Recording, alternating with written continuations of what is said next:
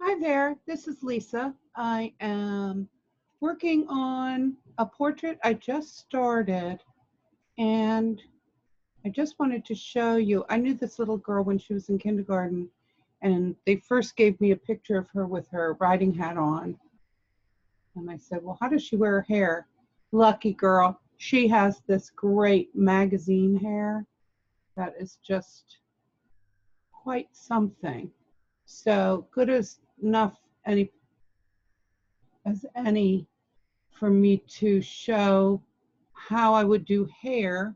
And because she's with her dog, the difference between hair and fur. And I just started in on this part here. I usually begin with the dark and the light areas and the direction of the hair, obviously. But where we go from there is interesting because you both want to add color and you want to get texture and direction. And then there's the question of, is the hair like the fur? And my answer is yes and no. When I'm doing hair, I generally take larger areas. There's a whole area down here that goes until a place that I've marked out as being in shadow, almost as though you're thinking of, I'm doing a ribbon. Like if there was a curl to it, it would be like the curl of a ribbon. So there are these strands of, not individual strands, but strands of hair. There's the dark shadowy part that goes in. And you have to excuse me for when I have this need to turn the paper so that it's good for my hand position. So that I'm getting the shadows in there and laying them down, which lays a lot of wax. I would usually use a waxy pencil on a portrait. To me, it's very much like the Marager method of oil painting that I learned, and it makes the skin look great. Can't tell now because this is just the underlayer of skin. For fur, however, I might use what people like to call an oil-based pencil, but it's just a different formulation of the wax and the oil, and so it goes down a little more, less like wax that wants to all blend together, and more like the individual strands like you want to get in fur. I think you can see me putting some of these individual strands here where it's more built up.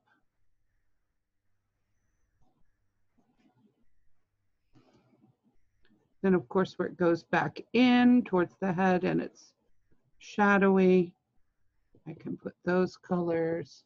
And she has quite a bit of a sort of reddishness to her hair, a highlight.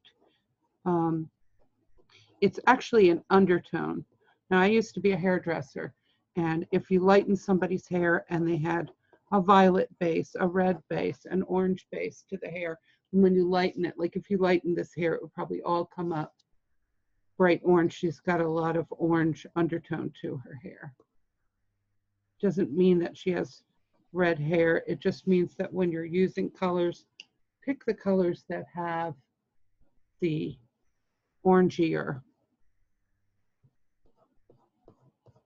the redder colors to them. That wasn't quite the one I wanted. That one was a little bit violet.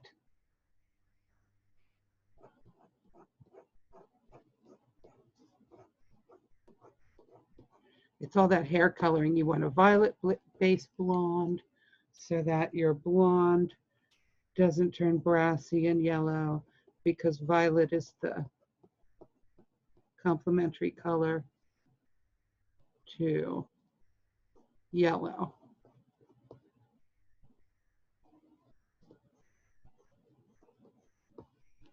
You can see where I want to turn this paper so that it's my drawing board so that it's easier for my hand. You also may want to take absolute black and put that in where you know that you know that you know that it's going to be that dark. Whether or not it's actually black or whether you just want to give this dark shadowy strip here some depth to it, and then it's not going to look black when I come back over it with the brown. So as you can see, I'm doing lots of layers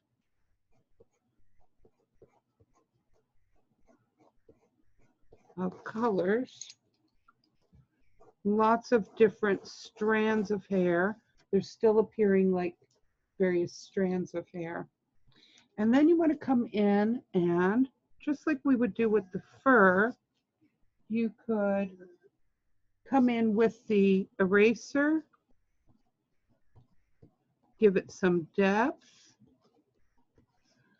What that does, just like with the fur, is give the paper a little bit of place where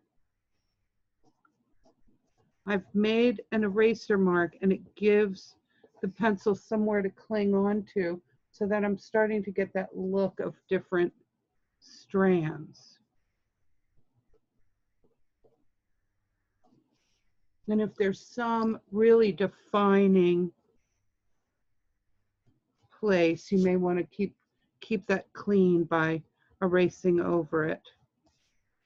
If you need a stronger eraser, use your latex eraser. And then come back in and find the many colors that are in there.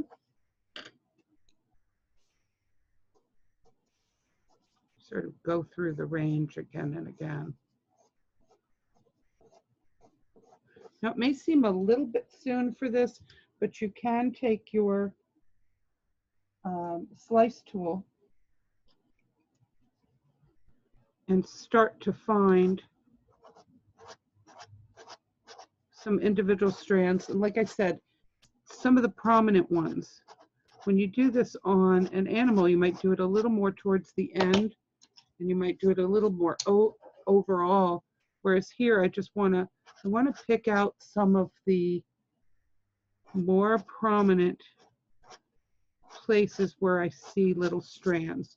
Then I can come back with my lighter cream colors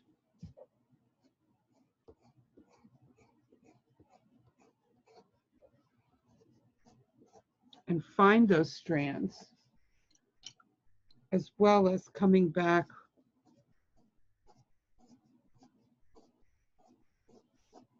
with some of the deeper colors and falling back in between these strands. Make sure that you're watching your picture and you don't put these in the wrong place.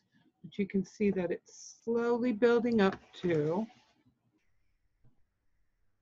being hair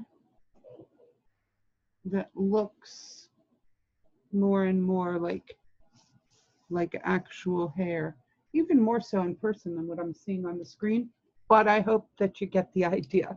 When you're working on yours, it should come out in a way that you can see it, and you'll see what I mean. Talk to you soon.